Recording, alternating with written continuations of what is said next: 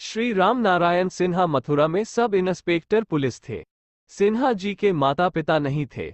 वे अपने दो सौतेले भाइयों को पुत्र रखने पर वे दोनों मन ही मन उनसे द्वेष करते थे। घर में बिजली के होते हुए भी एक दिन वे मिट्टी तेल के एक लैंप को लेकर अपनी भाभी से लड़ पड़े और कहने लगे कि यह हमारे पिता की संपत्ति है और इस हमारा पूरा अधिकार है। ये लैंप सिन्हा जी के पिता को बहुत प्रिय था और आप उनकी स्मृति में इसे बहुत सहेज कर रखते थे। इसी समय आप हटी से घर आए ही थे। अपने प्रिय भाइयों के कटु शब्द उनके कान में पड़े और वे बहुत दुखी हुए। उन्होंने वो सैम्य उन्हीं को दे दिया। इसके तुरंत बाद ही बाबा का उनके घर में प्रवेश हुआ। आप बाबा को जानते भी नहीं थे और न इसके पूर्व आपने कभी उन्हें देखा था। आप उनके दर्शन के प्रताप से ही उनके आगे झुक गए। बाबा ने दोनों बालकों को अपने पास बुलाया और बहुत फटकारा।